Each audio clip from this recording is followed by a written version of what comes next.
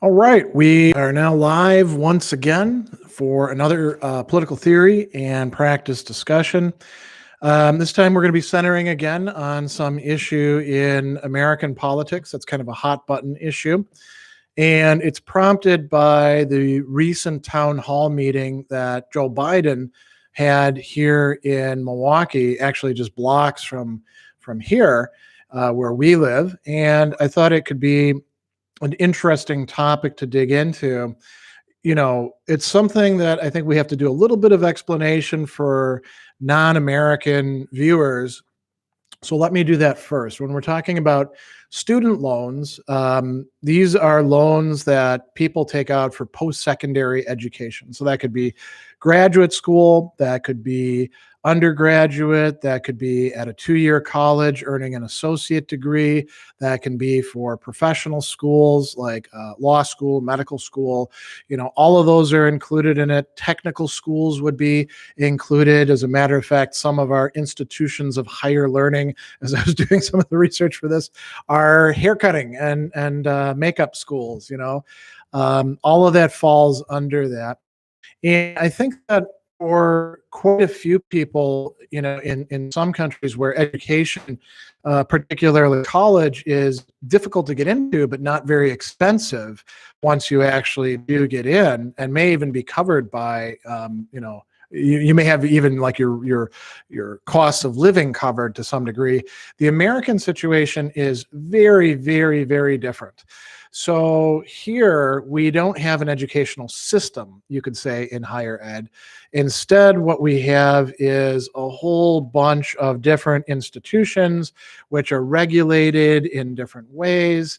They're not all on the same page. We can make some comparisons, like we can say, well, what is tuition at least, right? But the cost of tuition, as we're going to talk about in just a bit, vary wildly.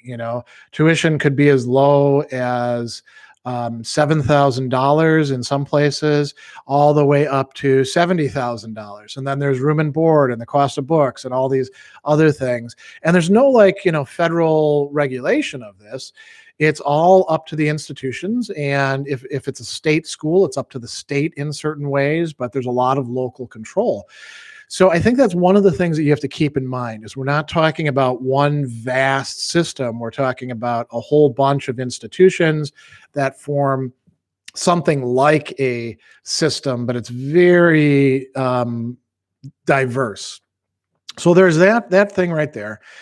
Another thing is that for Americans, for a number of generations, going to college has been sold as the way that you move yourself up. So, you're going to notice that there's a reference to like the American dream going on. The American dream is of having like a decent job that pays you enough money so that you can eventually have a house and, maybe a couple cars and go on vacations and send your kids to college, all those sorts of things. And so people who are taking on student debt in order to do that, that's part of the picture. Taking on debt has been posed really since the time of the baby boomers and especially my generation of Generation X as like a good deal. And I think for millennials and Generation Z, they're seeing it's actually not such a good deal. So we're going to talk about that in a bit as well. The other thing I do want to point out for our foreign attendees is that student loan debt in America, because of the way federal legislation has opened things up, it's really put people in difficult situations.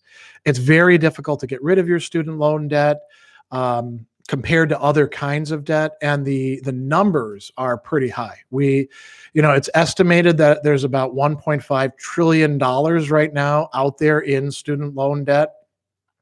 By comparison to 2004, and this is coming from the Brookings Institute, that was 250 billion. So, from 15 years or 17 years, we have really increased the amount of debt. Much of it is held by people who went to undergraduate. It's not so much from people who went to elite institutions as such. And we're going to talk about Biden's kind of wonky views on that in a minute. So here's a few other stats, right? Student loans are the second largest slice of household debt after mortgages, bigger than credit card debt. About 42 million Americans have student loans, so that's 1 in 8. About 75% of student loan borrowers went to 2 or 4 year colleges. They account for half of the student loan debt. The other 25% went to graduate school, and they account for the other half. Now, when they're saying graduate school, they also mean law school, medical school, other professional schools, getting an MBA, things like that. So, this is I think important information. About 80% of the borrowers that have student debt, according to federal data, have student debt under $50,000, but it can be, quite a bit. And so, what have the proposals been? The numbers that get thrown around right now are canceling out $50,000 of debt or $10,000 of debt. So we can associate these with, for example, Elizabeth Warren. She wants $50,000 of loan forgiveness. That's been a popular figure thrown around. Joe Biden, president, at the latest town hall said, we're not going to do that. It's going to be $10,000, which is still, a good bit of money. So we're going to talk about some of these things in a bit. Before we jump into his talk, I just want to give you an idea about how much college costs. And we'll come back to this in a minute. So I went and looked up, what the stats were on a number of different places. So where I went to college, Lakeland College, now Lakeland University, tuition now is $29,000 a year. And they estimate that books should cost you about, $1,100, and room and board, if you stay on campus, would be an additional $9,624. So you put all that together, and you've got $40,000 a year. $40,000 a year to go to the place that I went to. Where I went to graduate school, Southern Illinois University Carbondale, which is a state school of the Illinois system. Now, in state schools, they charge different rates depending on whether you're a state resident or whether you're from somewhere else. So if you're a resident, $14,700 to go to Southern Illinois University. If you're not a resident, it's double that, $28,000, $28,906, right? They also quote this $1,100 thing for books. Room and board there is $10,000 a year. So to go to a state school at the cheapest rate, $25,000 for going to Southern Illinois University. If you look at our state schools here in Wisconsin, if you go to UW-Madison, which is our big flagship school, tuition is $10,000 if you're in state, $37,000 if you're out of state. If you go to University of Wisconsin-Milwaukee, where my daughter goes to, $9,500 for tuition if you're in state, $21,000 if you're out of state. So it's still pretty expensive. And room and board, we're talking about, over $10,000 for either of those schools. So that means that to go to the place where my daughter's going, she's, the room and board is actually more than tuition for that by their own estimates. You go further south to Chicago. If you went to University of Illinois at Chicago, $15,000 for tuition if you're in state, $30,000 if you're out of state. Room and board is $12,500. Now let's do a little bit of comparison. What if you go to a private school? So the only thing that we have that's like Ivy League here in the Midwest, the central Midwest, would be University of Chicago. That is $60,000 tuition, just tuition. Room and board, $17,000. Right? Now, if you're going to a place out east, it's probably going to be more expensive, or in California. University of Notre Dame, which would like to pretend that it's Ivy League, but definitely isn't, $55,000 a year for tuition, $15,000 for room and board. So that's $70,000, not even counting books. A couple other ones just to give you some comparison. Marquette University, just down the road from us, not a Ivy League school, private school, decent, private school, $43,000 a year for tuition, $13,000 for room and board, and then they estimate $816 for books. And their rival Loyola in Chicago is about the same, a little bit more expensive. Cardinal Stritch, which would be another Catholic college, smaller here in Wisconsin, in the Milwaukee area, $31,000 a year for tuition, $8,950. So that gives you an idea about what some of these college costs are. That's here in the Midwest. Like I said, if you're out east, it's going to cost you more. If you're in California, it's going to cost you more. That's not including fees and other sorts of things like that as well. So this helps people to have some sort of sense of what we're talking about in the money stuff. No name whatsoever said those figures sound like taken from a dystopian science fiction novel. They might to outsiders. These are the sort of things that you find out here in the United States. These are like normal figures. These are what college tends to cost you. So there was this town hall meeting, right? And Jocelyn Fish said, the American dream is to succeed. How can we fulfill that dream when debt is many people's only option for a degree? We need student loan forgiveness beyond the potential $10,000 your administration has proposed. We need at least a $50,000 minimum. What will you do to make it happen? And now I'm going to say something here. I actually like Biden's response, in part because he starts off by saying, I will not make that happen. We were watching it at the time and I was like, holy crap, that's nice. A politician who just like doesn't bullshit around about this. And then he gave a long explanation that I think is, it's on point in certain ways. It's problematic in other ways. So he said, I'm not going to make that happen. It depends on whether or not you go to a private university or a public university. It depends on the idea that I say to a community, I'm going to forgive the debt, the billions of dollars of debt for people who've gone to Harvard and Yale and Penn and schools, my children. I went to a great school. I went to a state school. But is that going to be forgiven rather than use that money to provide for early education for young children who come from disadvantaged circumstances? That's a red herring right there, but we'll talk about that in a minute. So he says, here's what I think. I think everyone, and I've been proposing this for years, everyone should be able to go to community college for free. That costs $9 billion, and we should pay for it. So that's a good idea. We'll come back to that. I think any family making under $125,000 whose kids go to a state university they get into, that should be free as well. And the thing I do in terms of student debt that's accumulated is provide for changing the existing system now for debt forgiveness if you engage in volunteer activity. So for example, if you're teaching school after 5 years, you'd have $50,000 of your debt forgiven. So it sounds like $10,000 for each year that you're doing public service of some sort, if you worked in a battered women's shelter. He says, I'm also going to change the position we have now to allow for debt forgiveness because it's so hard to calculate, whereby you can now, depending on how much you make and what program you sought, you can work that debt by the activity you have and not be charged more than X percent of your take-home pay. So it doesn't affect your ability to buy a car, own a home, etc. So, those are all interesting ideas. I think a lot of those are quite good. Then he brings up his example of his kids. And here's where we come to one of the key ideas. The contrast here should not be between private Ivy League and public state universities, because the Ivy League is just a tiny sliver. Admittedly, they're the ones who have the best endowments and tend to both get the best job and have the best network and stuff like that. But most schools are not Ivy League. If you go to Cardinal Stritch, that's not an Ivy League school. Marquette here in Milwaukee, Loyola in Chicago, those are not Ivy League. As I mentioned, University of Notre Dame, they'd like to pretend they're Ivy League, but they ain't Ivy League. So, the contrast should be much more variegated. It should not just be state schools versus Ivy League.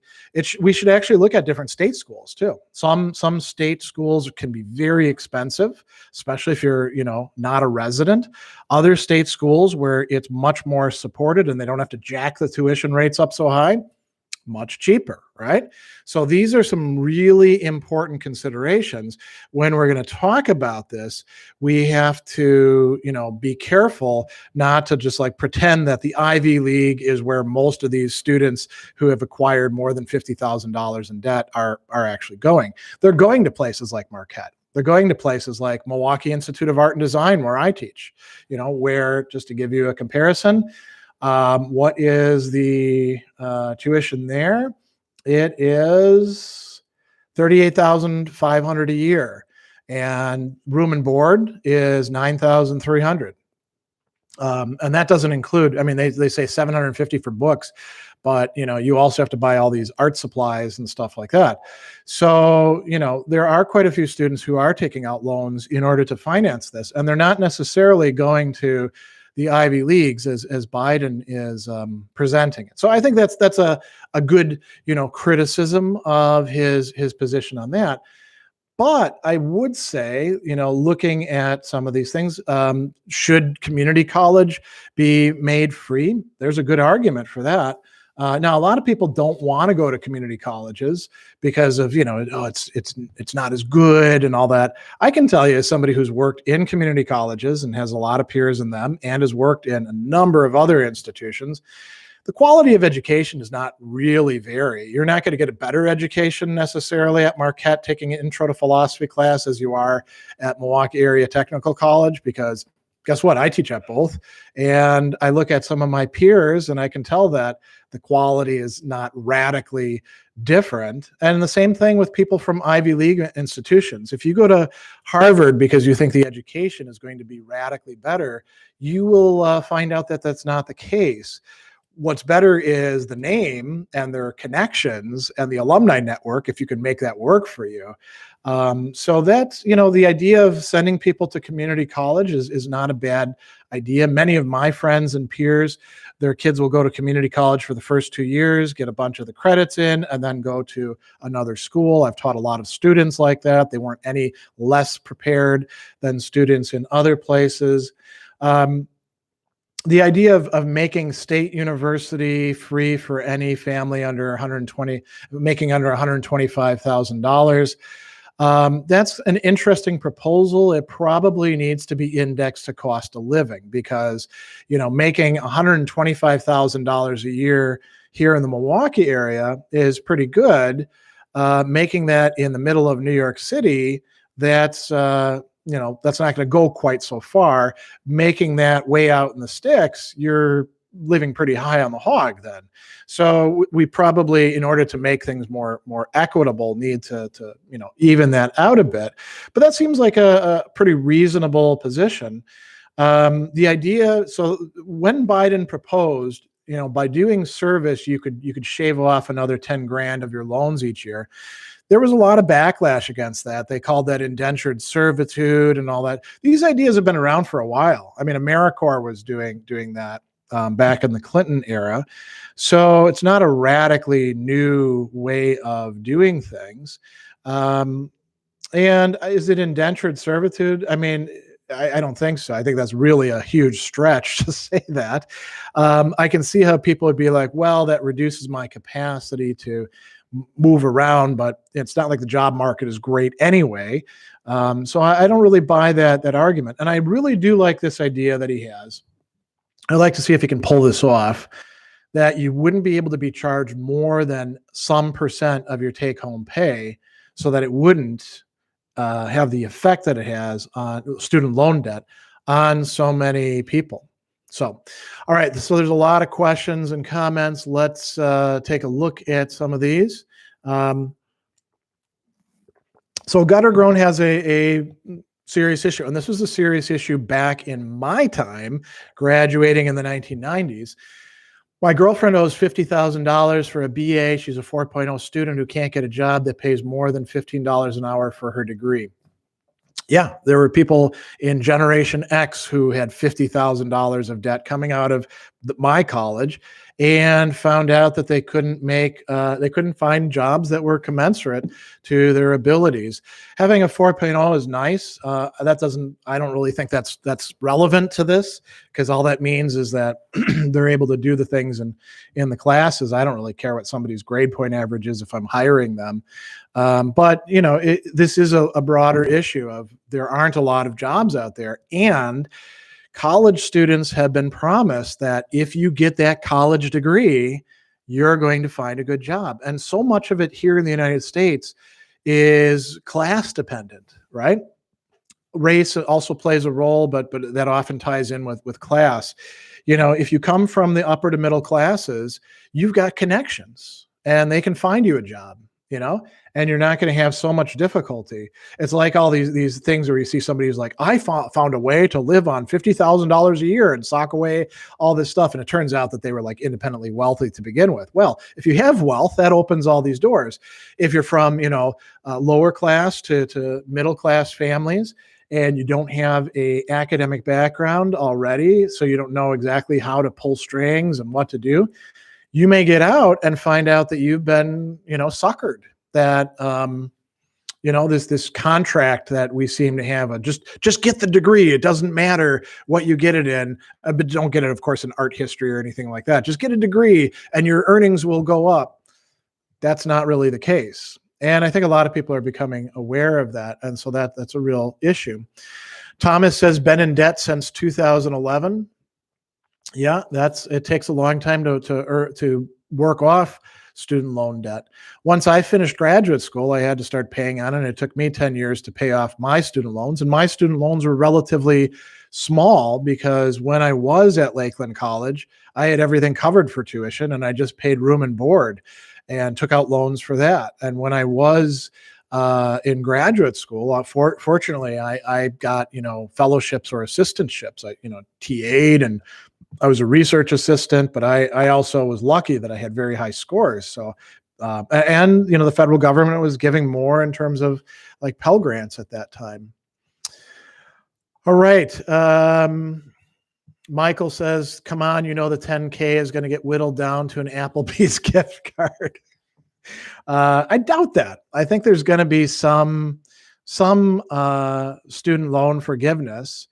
And even if it is $10,000, that will make a significant difference to people who have loans, given that the majority of people who have loans, they're under $50,000. Some people that may be their entire loan. If it halves your loan or, at least shaves off a third or a quarter of it, that's something. I think that it will make it through. There's a variety of ways in which the Biden administration can make that happen. So that's good.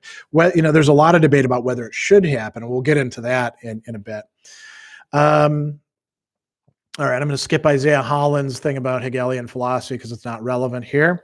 Skip Hohenflaven. It's the only debt I have and most likely will die with. Was it worth it? Looking back, as well as looking at how well-rounded my knowledge base is, the ability I have of not being in the dark when it comes to anything now I come across while reading, watching a movie, following news, the ability to literally learn anything I did not major in while an graduate from a major foundation to start with. All of this makes it worth it. Plus, I have a solid job and career. That's good. I mean, if student loan debt is your only debt, that's awesome. I've had all sorts of debts in my life, credit card debt, car payments. I haven't had a mortgage because when my mom died, I used what we had as an inheritance to buy a house that was my family owned. And that was nice to have for a little while. But, it can be a good, part of what Skip is saying, it can be a good bargain if you get a good education, right? That's another thing that we could talk about quite a bit for a while. There's so much unreliability going from when you look at things from the outside, what your education is going to be like going to any school. I mean, they all have the same brochures with the same sort of, Benetton, everybody of every different race and color, nationality, all smiling, on the beautiful campus. That doesn't tell you anything about what the campus is actually like, particularly if you are somebody who's in a minority. It doesn't tell you, I mean, you can look up, reports, but it doesn't tell you anything like what the rate of actual sexual harassment or abuse is on campus. You can look at the professors' profiles, but you don't know whether they're jerks or not, whether they'll meet with you in office hours or not. It's kind of a gamble. And a lot of times universities are like a black box. You don't know what you're getting into until you get into it. All right. Zeno of Alea, I think if you want to be a lawyer, doctor, write philosophy, then you need to go to college. But if it's something like the arts, then you can self-learn.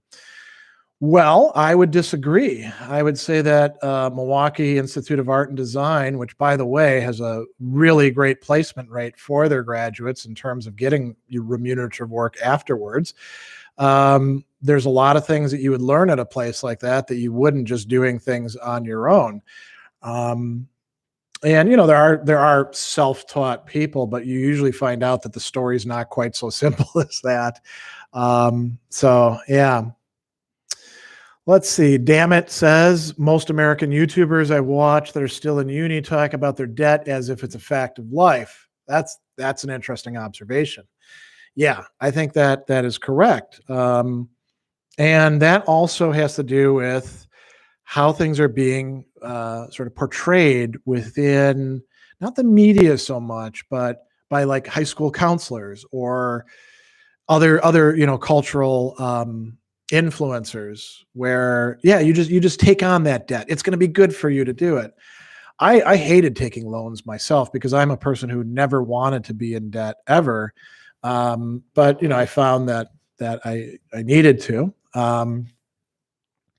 And I think a lot of other people are in that situation as well. So, all right. Let's see here. A lot of people expressing, this is from when I was reading off the stats about how much college costs. There was a lot of incredulity. Like, is that really the cost for a year? I thought it was for the whole thing. Yeah, it's expensive. Even the places that like, so Biden saying, okay, state school ought to be cheap.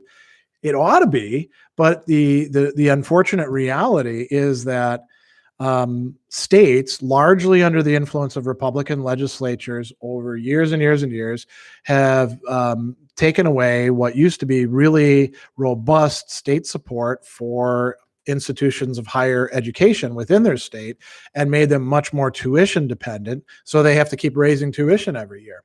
All right, let's see here.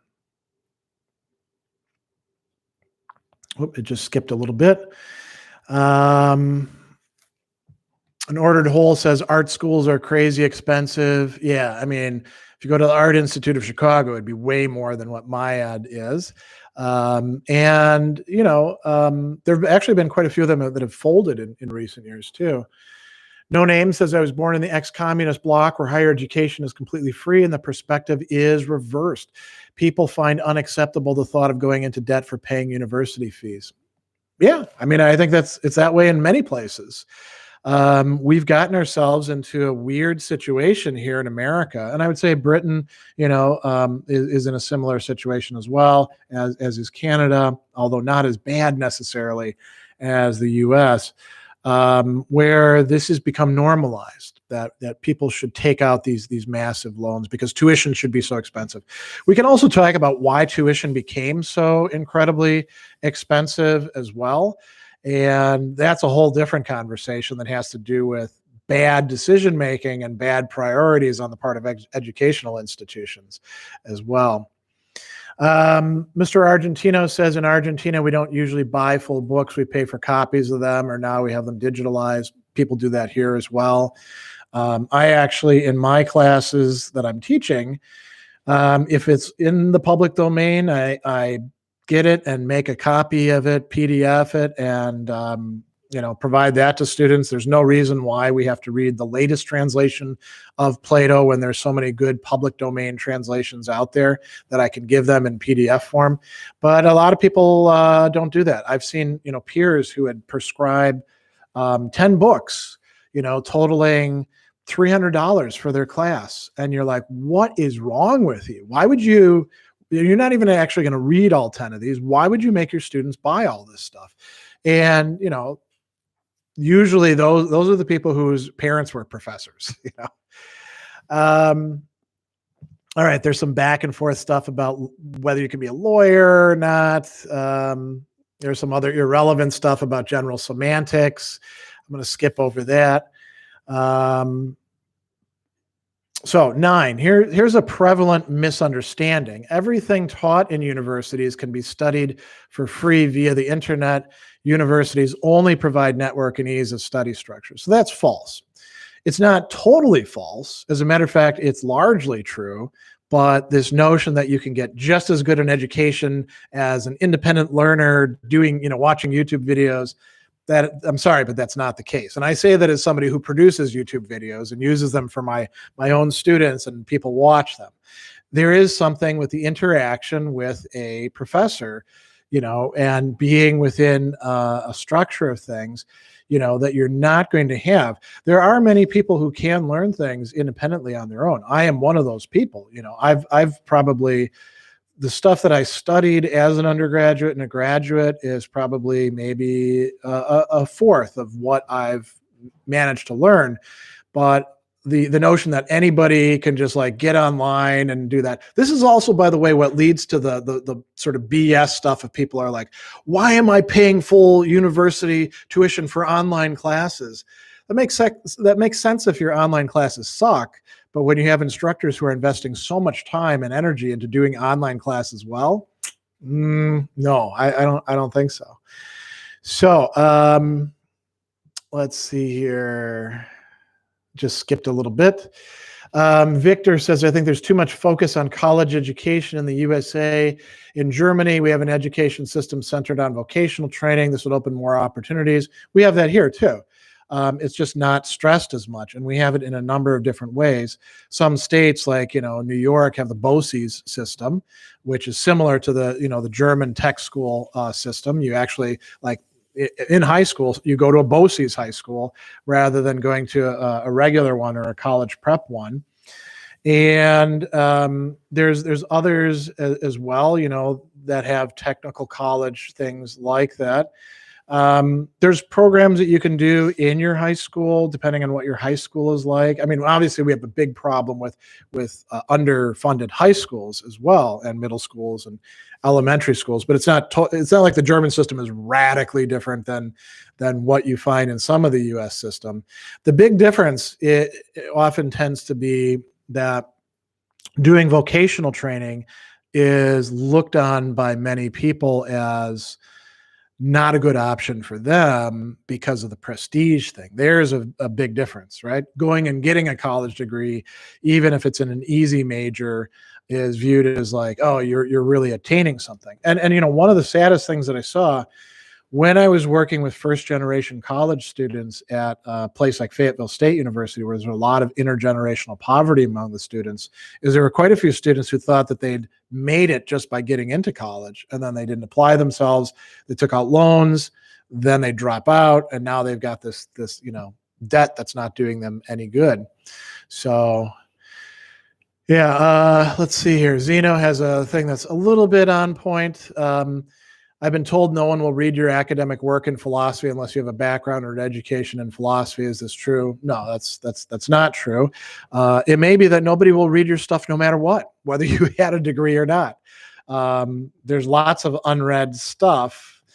And you can certainly do academic work, and you send it in as an independent scholar or whatever you want. It's whether it meets the standards of like peer review, which are totally a different topic. And I can tell you, as somebody who's been on both sides of that, when you watch the proverbial sausage being made, it'll make you a little bit sick. I don't think it's really that important to do academic work in philosophy. I'm not sure why that would be an important standard. There's so much work being churned out. Why add more books to it, all right. So Yeah, Skip says the lack of budget from states, usually red states, hurts higher ed so much. Missouri is a great example of this. Even in purple states like Wisconsin, so the Walker administration did incredible damage to our UW system, and the Republican legislators have done incredible damage to it, in part because of this perception that like the university is against them and all that, which, you know, I mean, in some respects, like Stephen Colbert observed, it seems like reality has a liberal bias. That's probably kind of true when it comes to universities, but a lot of it is just about, sort of like, I don't know, I'd call it like class envy. Why should I be paying for somebody else's kids? Well, why the hell should we pay for the roads you drive on? Why should we pay for, overpriced defense stuff that we've got spread out all over the world? You can always ask those sort of questions. Politics is about achieving common goods, and education should be one of those common goods. Nolan, I find it so interesting to see how much money you can save just by getting older editions of books or not getting a textbook. I did that all the time. I'd go get my books from the library, I didn't buy textbooks a lot of the time, or I'd get them at used bookstores.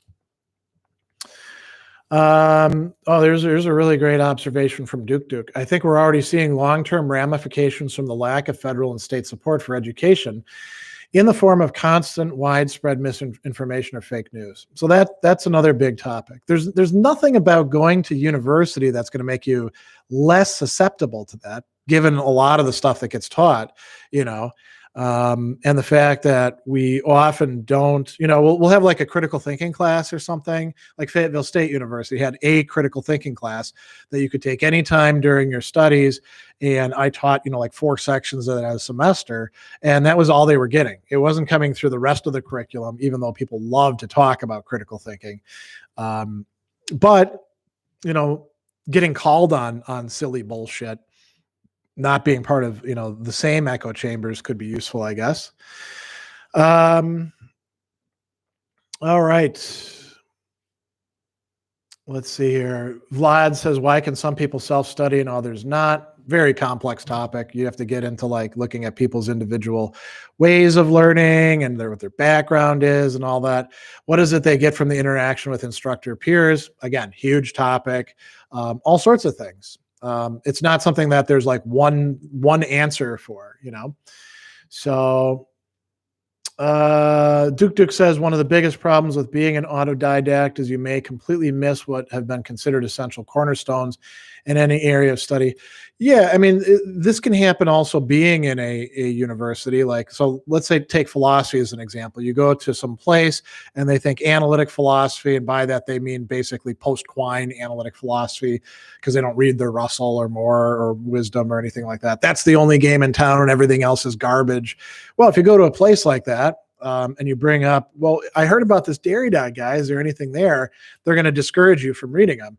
And if you're kind of, a lot of people won't, it's kind of surprising to me, but a lot of people take their professors' recommendations, not just of who to read, but who not to read, and they follow them. And then, you talk to them 10 years later and they're working on something and you're like, yeah, Derrida did that, back in this work here. And they're like, Derry who? And you're like, you never heard of him? Oh yeah, I think I remember. My professors didn't like him. And you're like, well, dummy, who told you couldn't read that stuff? Even if your professors don't like it, you can read anything you like because it's a free country, right? And we could go on and on and on. People do this with continental philosophy. They only read like post Heidegger on, and they don't know, they don't know the people Heidegger is actually referring to. Like, when he references, say, Bergson or Max Scheler, they don't read that stuff. So it's not a uniquely autodidact problem. You can run into that in other things as well. But yeah. All right. Let's see here. Oh, David says, what about the argument pushed by right-wingers that debt was started by leftists and because people couldn't pay the tuition ended up rising? Is that a good argument? No, it's not even an argument. It's an explanation, and it's kind of a bullshit one. What's happened is complex. So anybody who says, oh, it was just this, they're full of crap, right? And you shouldn't trust them. This is a complex problem. There should be a complex explanation. And so we have to look for those, right? For sure. Have you ever evaluated graduate school applications or decided who gets admitted? No, I haven't. This is not something that I would actually even want to do, quite frankly. Joseph, now here's a good question. Does the fact, and this might go to the right wing thing, although it's not just the right wing who's noted this. Does the fact that universities know students will be able to get loans de-incentivize them from keeping tuition prices low? So yes, that's part of it. If you know that there's money out there, by the way, most of the money is not being lent by the government; it's being lent by lenders, right? So it's not just a government thing. That has been a factor. As I mentioned before, the reason why tuition prices have gone up is got a different story to it. Where's the money actually gone to? In significant part, building new buildings. Schools got into like an arms race about who could have the best cafeterias or the most luxurious dorms or athletic facilities and stuff like that. They pissed away lots and lots and lots of money on that they're never going to get back. And that money's gone. You know, that's where a lot of the tuition money has gone to. They've also created vast numbers of administrators who get paid more than faculty and who aren't necessarily contributing. They're kind of parasites as well as their staffs. Sometimes it's legally mandated, but there's no reason why people should be paid so much. Another big factor of it is the turning away from tenure track jobs that were paid quite well to part-time adjunct faculty who are paid crap for the most part, and visiting professor lines. So I'm going to give you an example from Marquette, right? I mentioned earlier that Marquette's tuition is $43,000 a year. That is less than they are paying some of the visiting assistant professors, people who have PhDs and who are teaching 4 classes a semester and don't have tenure and can never get tenure. So that's how much they're paying them. How do I know this? Because I actually interviewed for a VAP position, and at the end of it, the chair said, "So we pay this amount. Is that okay with you?" And I was like, "I was expecting a lot more than that. Do you have room to negotiate?" And they said, "No, no." So the money's not going to the professors. Certainly not going to the younger professors. What has it been spent on? Buildings, administration, all sorts of other extra bullshit that didn't need to happen. And because they suck themselves into relying on low-paid labor, there's not a lot of wiggle room anymore. So student loans played a role in it, but all these other factors played a role as well, and they're probably just as important in the story that we can tell. Wavy says, what are your thoughts on making language learning an integrated part of an education system? Okay, so here's some good examples. Language learning in Singapore and India is used to facilitate social cohesion because of diverse demographics. So if you're talking about learning English, we already do that. Most of the classes are in English, right? If you're talking about learning other languages, the tendency has been to cut that. You know, in the early 2000s, in the 1990s, it was like, you need to learn Chinese, Mandarin, right? Usually, but maybe Cantonese if you're doing stuff in Hong Kong. You need to learn Arabic. You need to learn Spanish. These important world languages. And French got, pulled along with that as well, although now there's not that many people teaching it. There's been a turn away from that and a closing of foreign language departments and programs. Americans were never very good at foreign languages to begin with. And I would say they're probably worse off now in the 2020s than they were, say, in the early 2000s, as far as university goes. All right. Let's see here. I'm not sure what. Oh, okay. So 9 wants to say that they're a special exception. I disagree. I have no undergraduate degree. I self-studied and was accepted into a graduate degree. Only doing a graduate degree as I needed for a PhD stipendium. So the only benefit of university has been ease of study structure and networking. Well, buddy, that's you. That's not the majority of people. So maybe you're the unicorn. But you don't want to try to like generalize from that. I mean, if I were to generalize from my own experience, I would give terrible advice to most people because my trajectory was different too, you know. Um, let's see. Yeah, Duke says, I work as a custodian at a university. Construction has been insane. Yeah, I mean, you can see it. Schools where they're like, we don't have money for this or this or this. And suddenly they put up a new dorm and you're like, well, you had money for that, didn't you? You know, it's kind of funny. You can see where their priorities really are. Eric W. Universities should be nonprofit institutions. The majority of them are. That doesn't actually hold them back from being pretty predatory, unfortunately. Let's see here. All right, so I think we're at the end of questions and stuff like that. So I wanted to come back to something that I think is raised by this. There are a lot of people who will say, why should we forgive any student loan debt?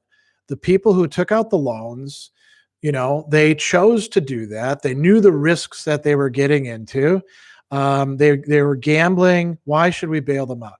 And my answer to that would be, well, okay, let's follow that logic out. We should never bail out any businesses then, because they are often way more sketchy with what they're doing. We shouldn't bail out any of the banks when they, you know, speculate in derivatives and blow money on all sorts of stuff. When we have a bubble, we shouldn't do any of that. As a matter of fact, we shouldn't help anybody in circumstances like that. We should, you know, anybody who's getting something from the government that they didn't like pay directly into, let's strip it away from them. That's very extreme, right? You can see that's not a good argument, but we could make that sort of argument. And so when we consider the argument that's being made, these kids knew what they were getting into, now they want a handout, we can ask a couple of questions. Did they know what they were getting into? A lot of them didn't. A lot of them were told, you have to do this. This is the way you're going to succeed in life. And then they get out and they find out that there aren't a lot of jobs for them. This is a big problem, by the way, not just for like humanities or arts or stuff like that. This is a huge problem in STEM. This is also a huge problem for lawyers. We had a glut of lawyers coming out of law schools a while ago, and a lot of them couldn't find work.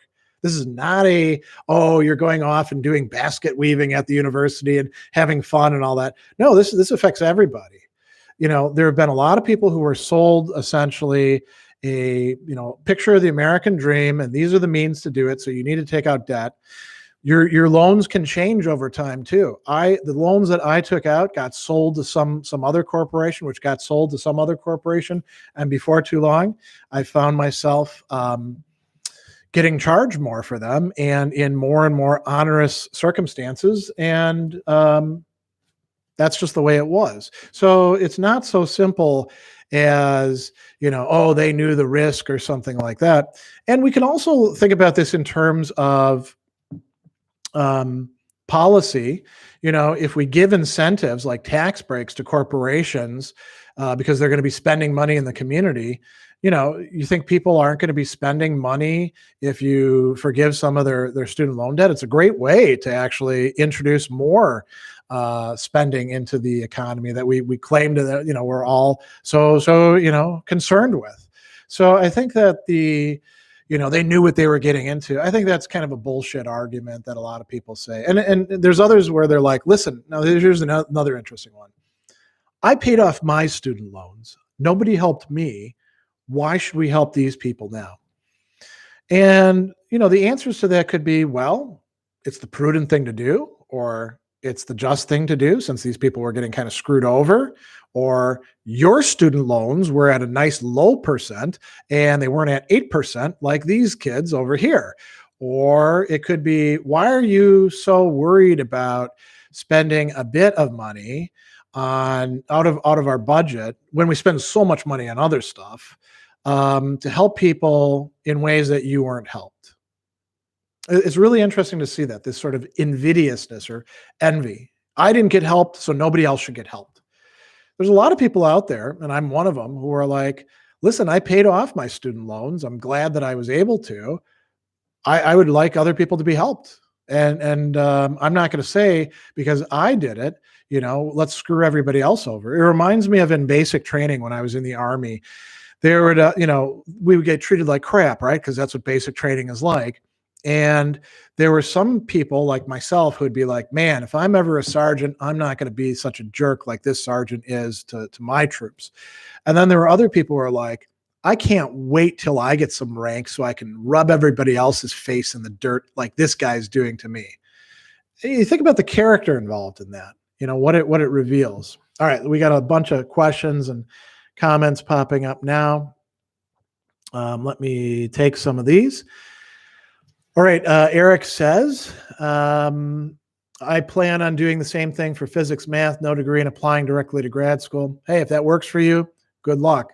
That's not what most people are going to do. David says, do you think this problem and other similar ones like terrible care of grad students in the U.S. will give an end to the perception of American universities as very prestigious?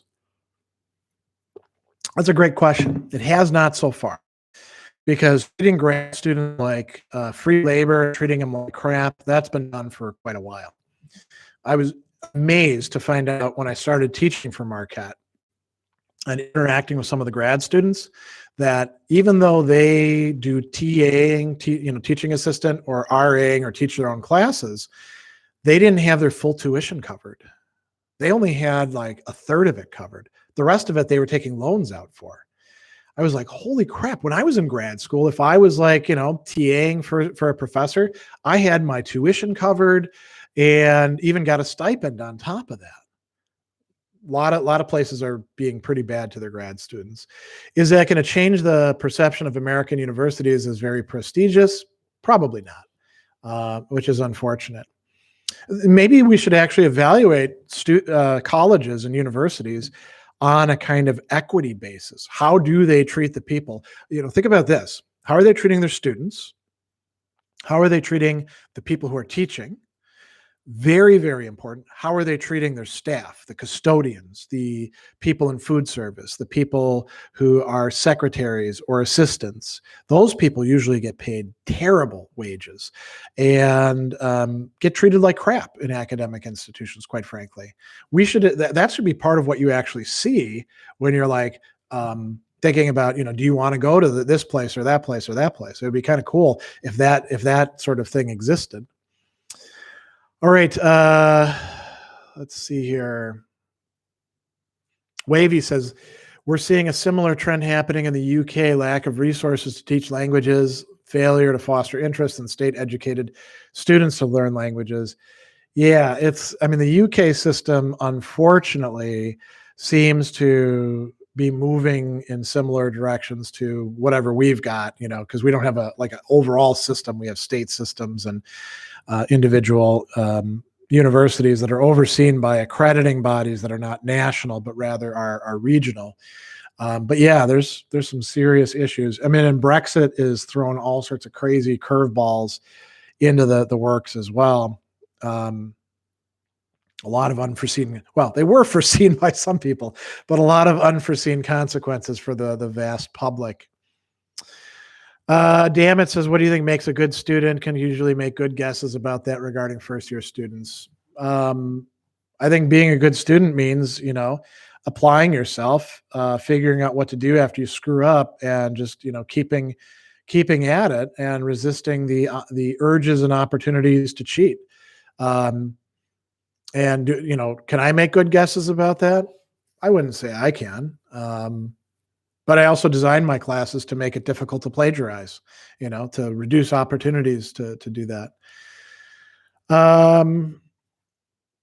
Duke says the majority of people taking out massive student loans are straight out of high school, borderline children being spun a narrative. The massive student loans. So this is where we should think about what Biden was saying. There is a point to saying, listen, if you went to an elite institution, I'm not sure we should necessarily pay for all that education for you. And those often tend to be more expensive. I mentioned University of Chicago, which is our Ivy League here, is 60 grand a year for tuition alone. And then another 17 grand on top of that for room and board, and $1,800 for books. So that's 80 grand a year right there, right? I'm sure it costs more to go to Yale or Harvard or Cornell or any of these other places out east. That's not where the majority of people are going, though. They are going to, like, University of Illinois at Chicago rather than University of Chicago, or to places like Lakeland, or, well, another great example, Ball State. I used to teach for them.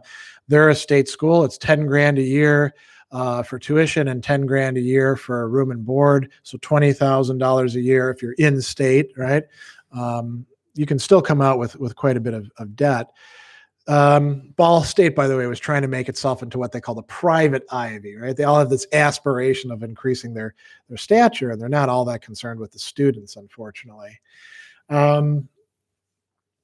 Let's see here. Kevin says, forgive all debt for the poor, but not anyone else. Taxpayers should not be subsidizing the lifestyle of a doctor making $30,000 a year. So I can agree with the last part, but who's poor and who's not, right? Screw everybody else. I mean, are most people a doctor making $300,000 a year? No, that's not the case. And taxpayers already do subsidize medical school in many, many different ways, right? So that's kind of I think that's sort of a dead end there. Duke says, what I'm really curious about is if there's a direct correlation between public high schools and public universities, if it has to do with the plummeting funds for classes like shop, home ec. Zero connection. Because if you think that we don't have a system in place for, the American higher ed thing, there's no system as such when it comes to high school. Every single district is its own animal. As a matter of fact, in Indiana, where my kids went and are going, they're all school corporations. Each one is its own thing. Each state is a different thing. So no, there's no correlation between those. Some high schools are really well funded. Some are poorly funded. You can have a really well funded public school that's doing better than some private schools. And you can have, just not blocks, but, just a few miles away from it here, like say in Milwaukee, where we have some of the worst, segregation and poverty in the nation for a large city. You can have schools that are in really, really rough shape, just, down the road from a school that's getting great funding and stuff like that. So no. All right, let's see here. John Shepard, have many departments at your university been corrupted by postmodernism, post-colonialism scholarship that's of terrible quality? No, and that's just silliness.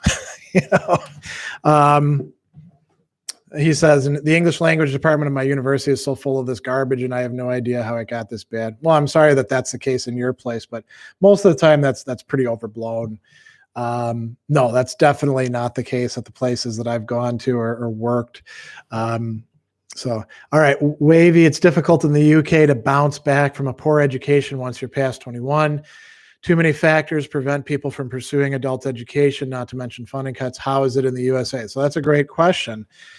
We often encourage people to go back to school when they've lost their job, right? And that's not necessarily the best time to channel them, but we create money for that in many cases.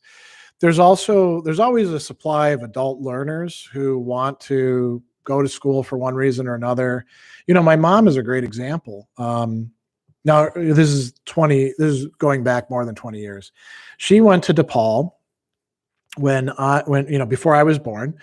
And DePaul is a private school in Chicago, and she was studying French because, she was already a Francophone, so she was going to be a French teacher.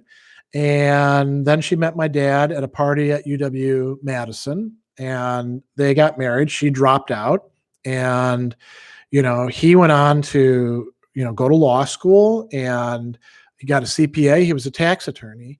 And unfortunately, he died when I was 11. And then my mom went back to work, and she worked as a secretary and did a lot of other things here and there.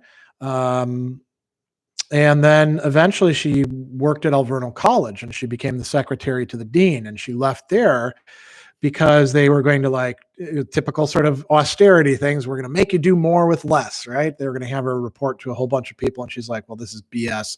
I'm getting out of here. So she went to Marquette and she worked for Marquette University for a number of years.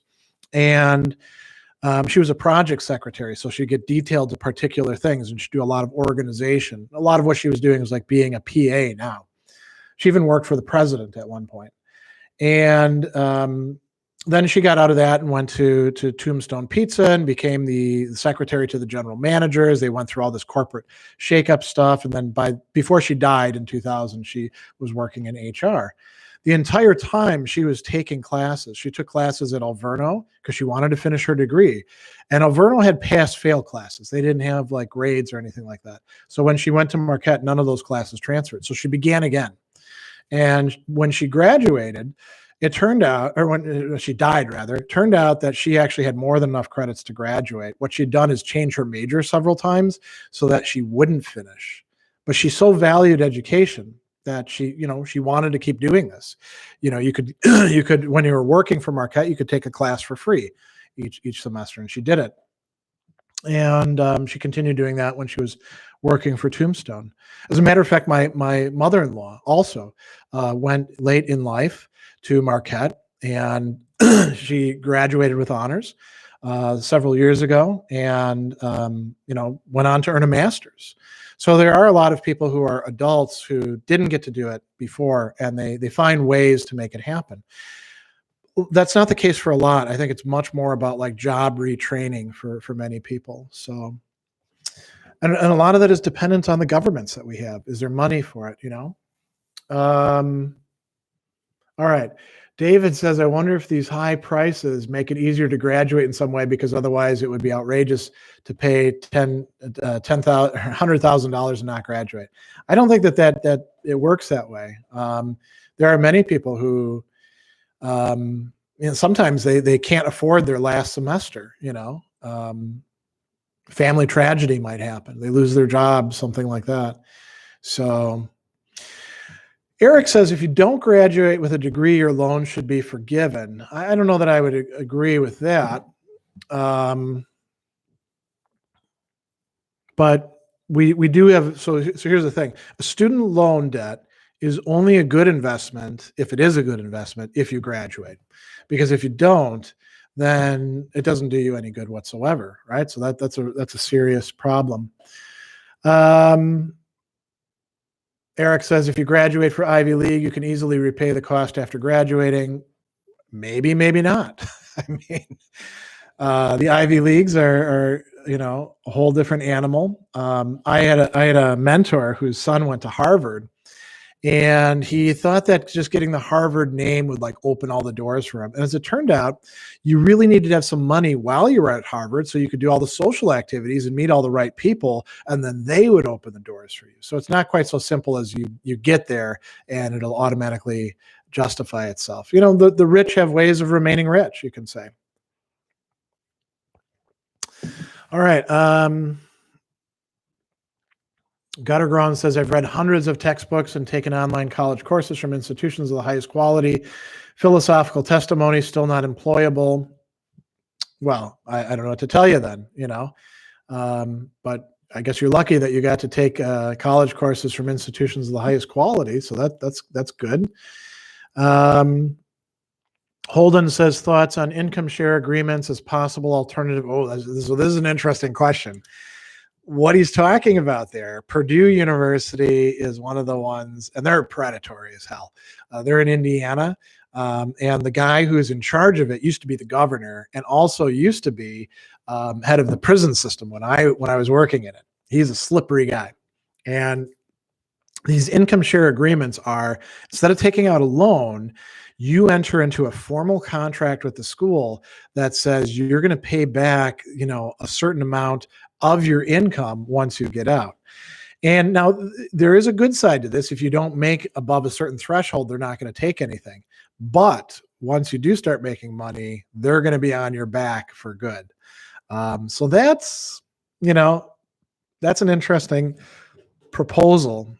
Is that better than student loans? I don't think so. I think that a lot of the ways we look at this is really quite bad. Mike says down with the Boilermakers. Now, you might just be from a school that's a rival with Purdue, like say Notre Dame or something like that. But yeah, the Boilermakers are Purdue, right? Eric says the view of university studies as work preparation programs will make niche subjects suffer in funding. Universities will stray from true learning and creativity when governed by boring market forces. Well, that has been the case for the last 40 years. As a matter of fact, that's been a problem in the past. I mean, look at C.S. Lewis's That Hideous Strength for a nice parody of that sort of thing happening way back in his time in fiction. This is a genuine issue. There are a lot of programs that are being closed because they're viewed as what they call low performing. They're not putting out as many majors, and they're teaching things that are valuable to study, but they're not big draws. Now, that said, I'll say this, if you want to keep a philosophy program active, you have to find ways to get people to major in philosophy. And so you can't just keep doing, as many of my colleagues do, the same old song and dance. You better figure out some way to make the philosophy club really active, to figure out, pipelines for, if you're going to do philosophy, how do you move this into other fields? You're going to have to bring in people who have philosophy degrees and are working in other places. You're going to have to find ways to essentially, affect what we call placement. And I've known some people who are quite good at that, and most of my colleagues are terrible at it and uninterested in it. And then they're surprised when people are like, your head's on the chopping block. You do have to justify your existence. There are a lot of creative ways that you can justify your existence and make a career out of doing, things with philosophy. Leela says gainful employment rules. What do you think of them? I'm not quite sure what's being referred to as gainful employment rules, so I can't really say that an answer to that. Gutterground says market forces are the product of market power. Porter forces. Not sure what that means. DX something. What's your opinion on the recent University of Manchester rent strike? By refusing to pay rent, students managed to reduce what they had to pay for accommodation in protest of pervasive marketization. Well, if you can do that, I guess that's quite good. That would be like in a lot of our states here in the United States, that would probably be illegal to do because we've got so many laws on the books that so favor the not renters but the rentiers, the people who are renting to others, and yeah, that'd be tough to do. Okay, so Leela says if you can't get a job with your degree, your loans get forgiven. What do I think of that? I mean, I think that we probably should do better in counseling people about where the jobs are likely to be. There's a lot of people who get STEM degrees and then find out that what they trained for doesn't exist anymore or isn't going to pay what they thought it was going to pay. I don't know that we should automatically, forgive all of their loans for that, especially if they were like, well, I'm not going to do any of these other things because I know STEM is where it's at, or getting a business degree, for example, or a psychology degree or something like that. All right. Let's see here.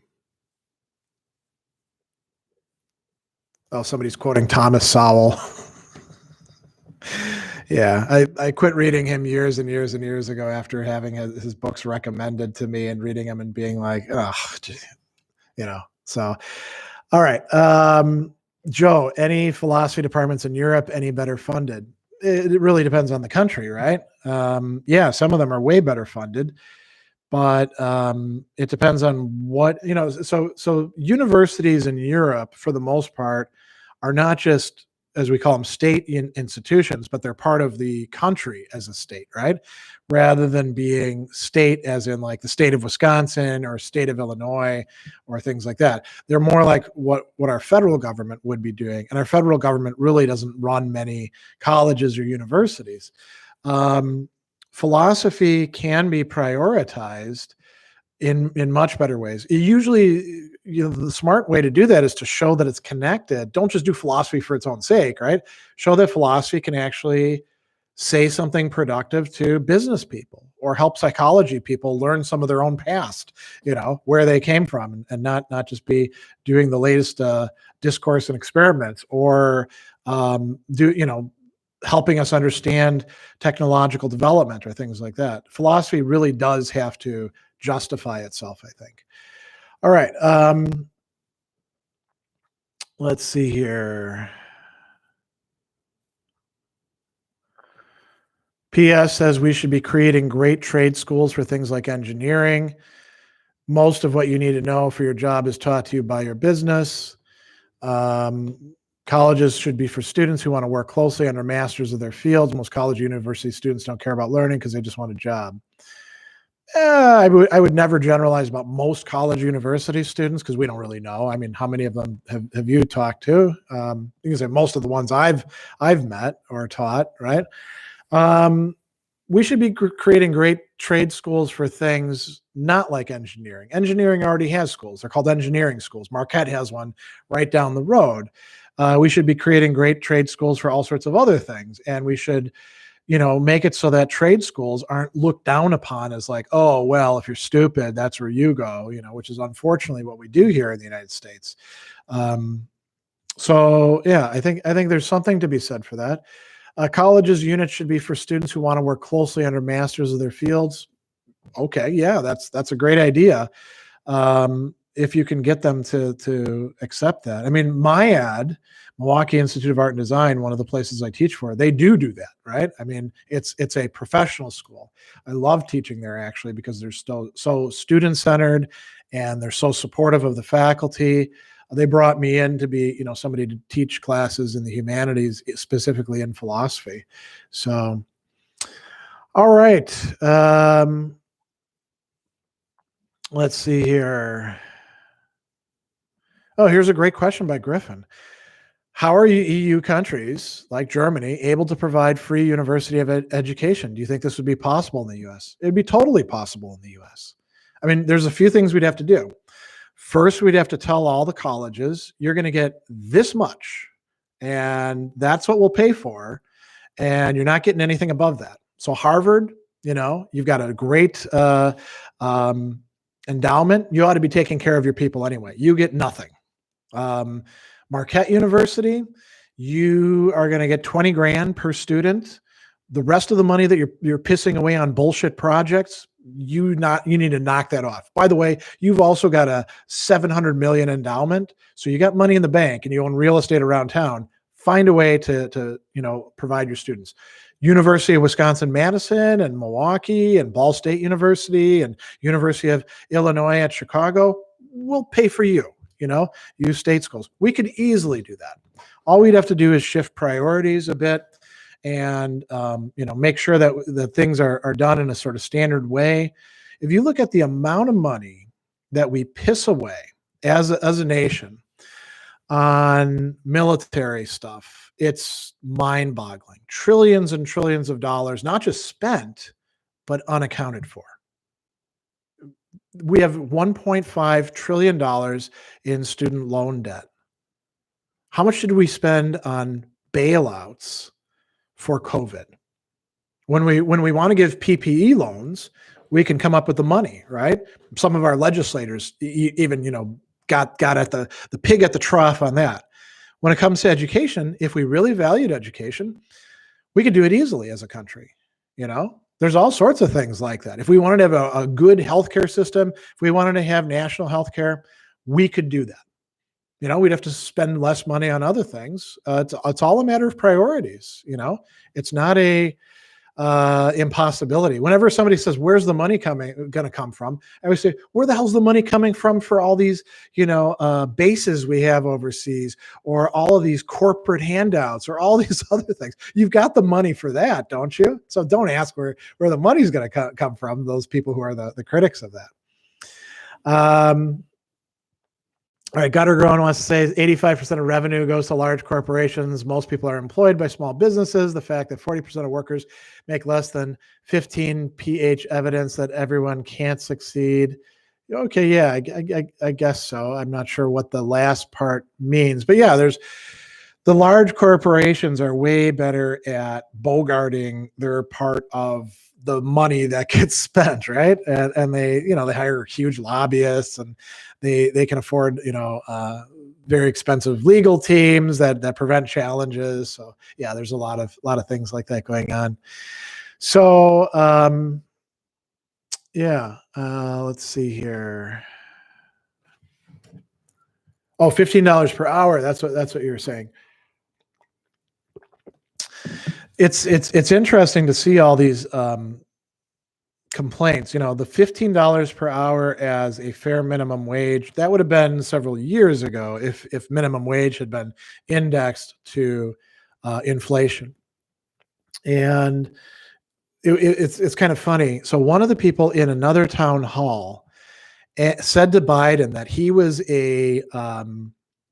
he owned a manufacturing company in Milwaukee.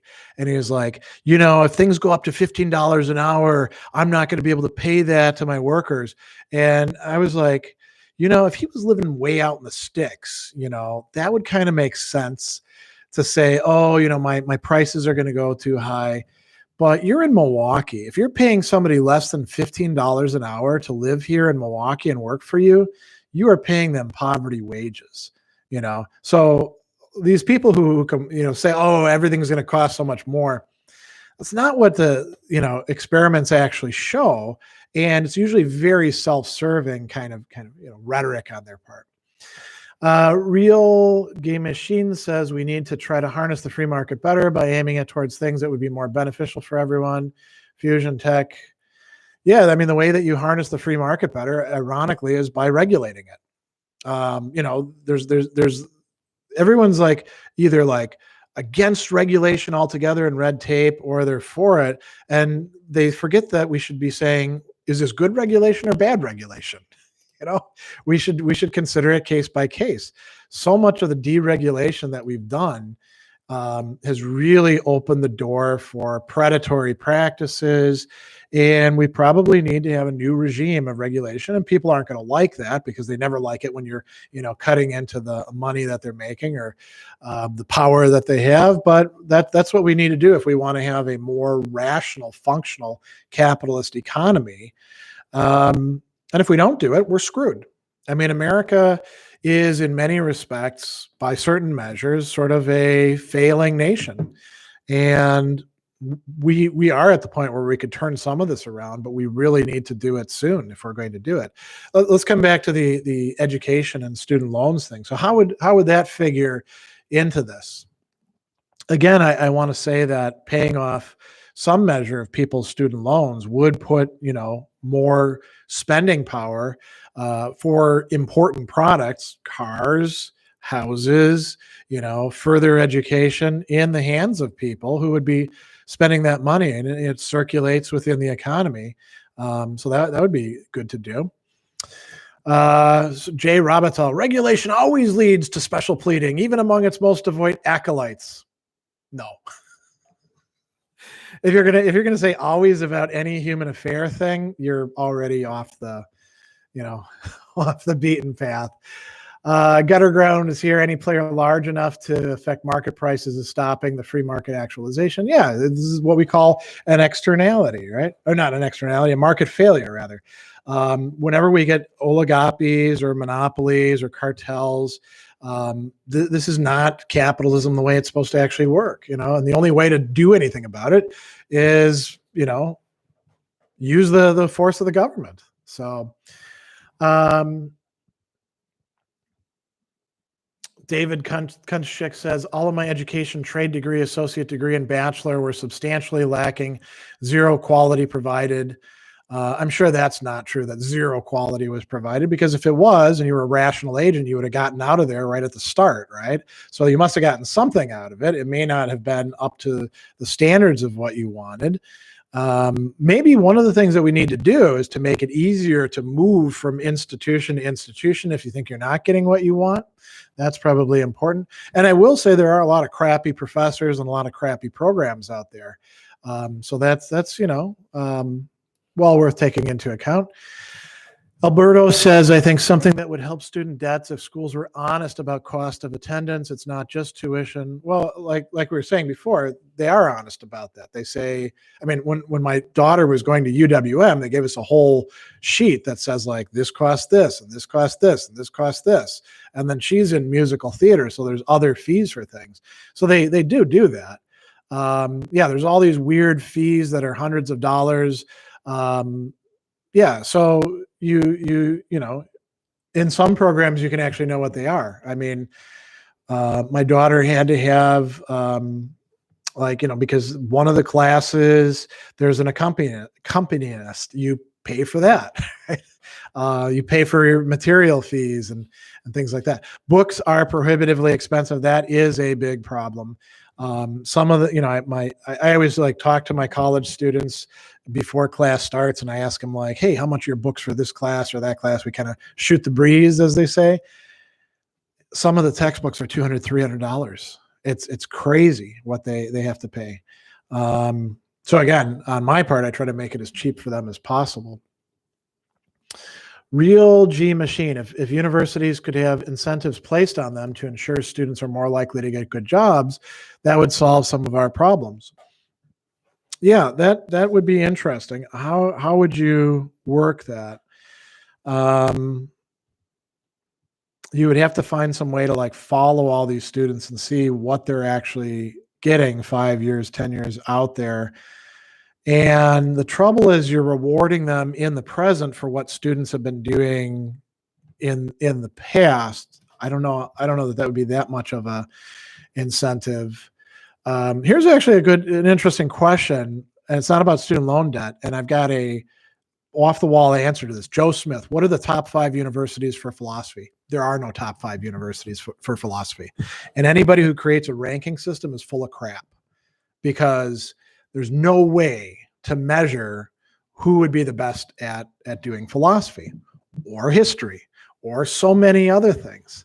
There are so many factors that go into it.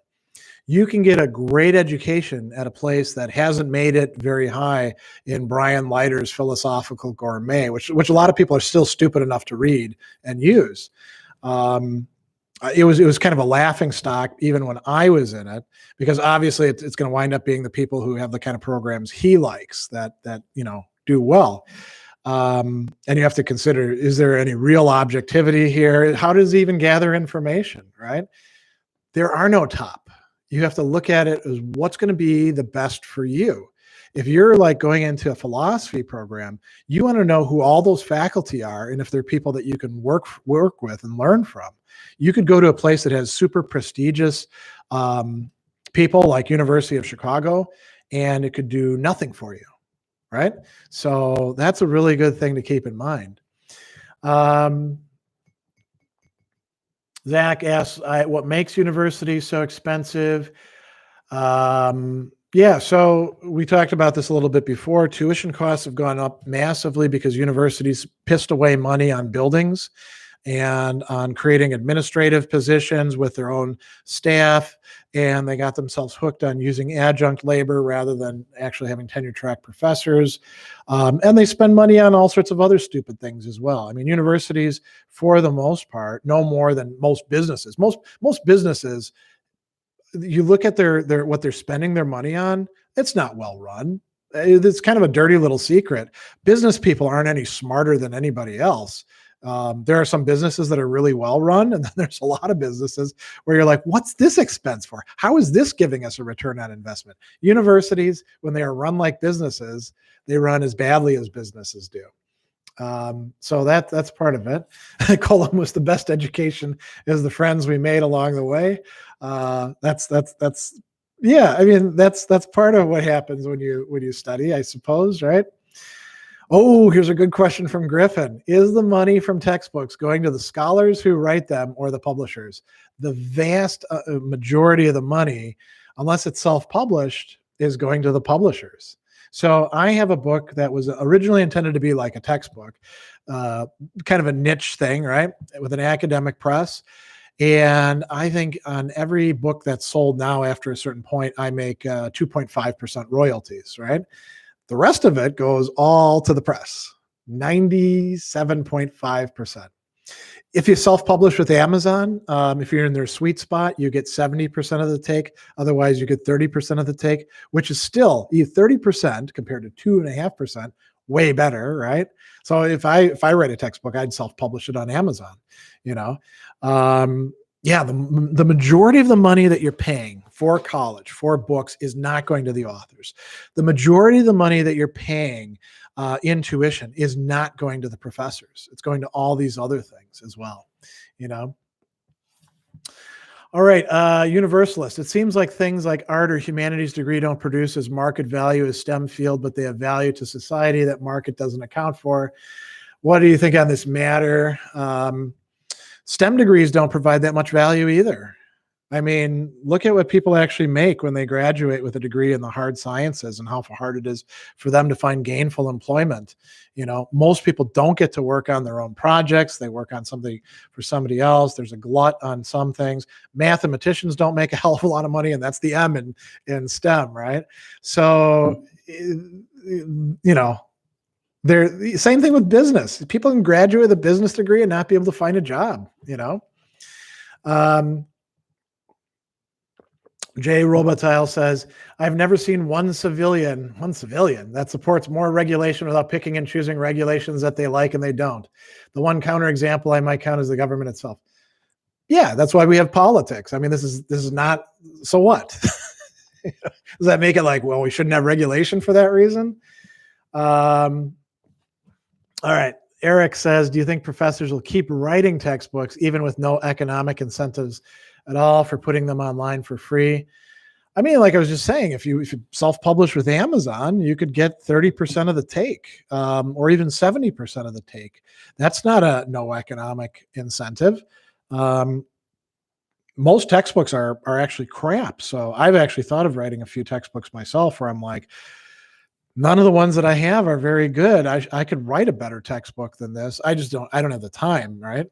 But you know, I know what the students are having trouble with and what they need to know more of. And I think there's plenty of economic incentive. And there's other people who will write textbooks because they like writing textbooks and they enjoy that sort of thing.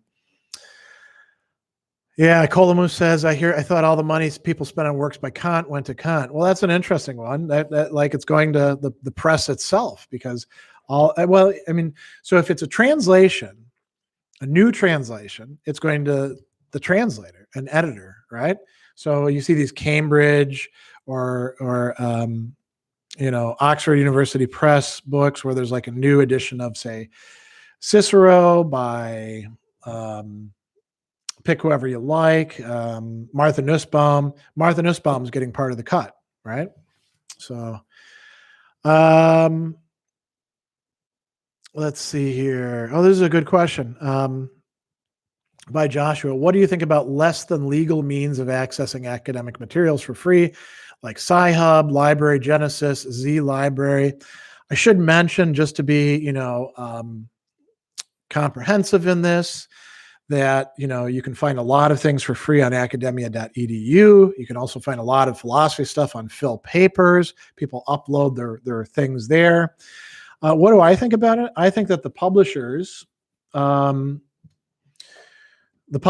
been screwing over the public, professors and researchers for years and years and years, deriving huge profits and that they don't deserve. And if you know, I'll start worrying about those less than legal means of accessing academic material. I'll start considering that a real problem when I see an equitable distribution on the part of the publishers, like Elsevier.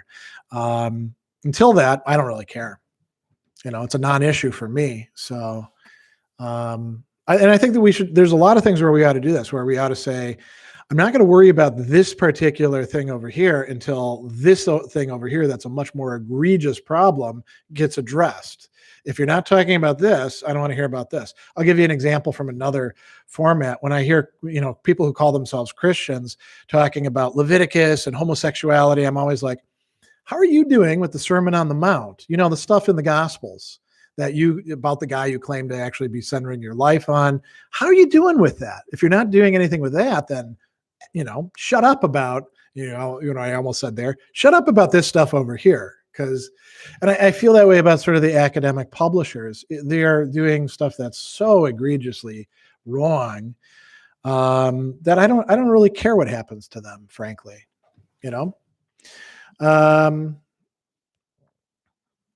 Let's see here. Yeah, so Colomus brings up a very good point about academia.edu. Academia.edu is also a predatory place. The problem with them is once you get on there, they send you nonstop emails, and a lot of it's kind of a waste of your time. They've found ways to monetize what they're doing.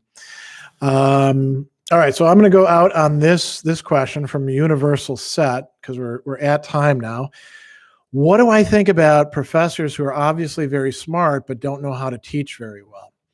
So if they are like brand new, like out of grad school, then I think, you work with them, you coach them, you tell them, hey, you need to learn how to teach better. And if they come back at you and they're like, I don't give a shit about teaching, well, then maybe they shouldn't be in teaching positions. And if that's the case, they also shouldn't be in research positions. We earn by teaching. That teaching should be the absolute basis. Everybody should be teaching. By the way, somebody who I admire very greatly, Alistair McIntyre, could have just taught graduate level classes deliberately while he was at Notre Dame, taught undergraduate classes. He said, I'm not going to be like anybody else. And I think that this really matters. He walked the walk of virtue ethics. I think if it's somebody who's been in position for a while and they're not a good teacher, maybe we need to replace them with somebody who is. There's nothing to say that just because somebody can write a lot of books that they deserve an academic post. Academic posts should be primarily oriented around teaching. And I think everybody should teach service classes, intro to philosophy, ethics, those sort of things. There's a Sadler soapbox video specifically about that. So I think that, there are like things that you can learn that would make you a better teacher. And I think that teachers have a moral responsibility as well as a fiduciary responsibility in some respects as well, sort of attenuated to their institution to improve their teaching. Unfortunately, most institutions don't really seem to care about that. Or if they do care about it, they don't use sufficient means to make it better. So on that, I am going to bring this to a close. Talked about a lot of different things. I would suggest you go and check out the town hall that Biden did here in Milwaukee. Look at the proposals that he put out, which I think largely are on point. And there's some problems that I pointed out earlier, like the pretending that private schools are all Ivy League. Obviously, that's not the case. But it's well worth checking out. And those of you who are trapped in debt, let me say that you definitely have my sympathy. I know many people, and I've known many people going back to my undergraduate who carried great student loans, and it has a massive impact on them. This is something we're going to have to figure out how to do something about if we want a better society here in the United States. So, all right, I'll see all of you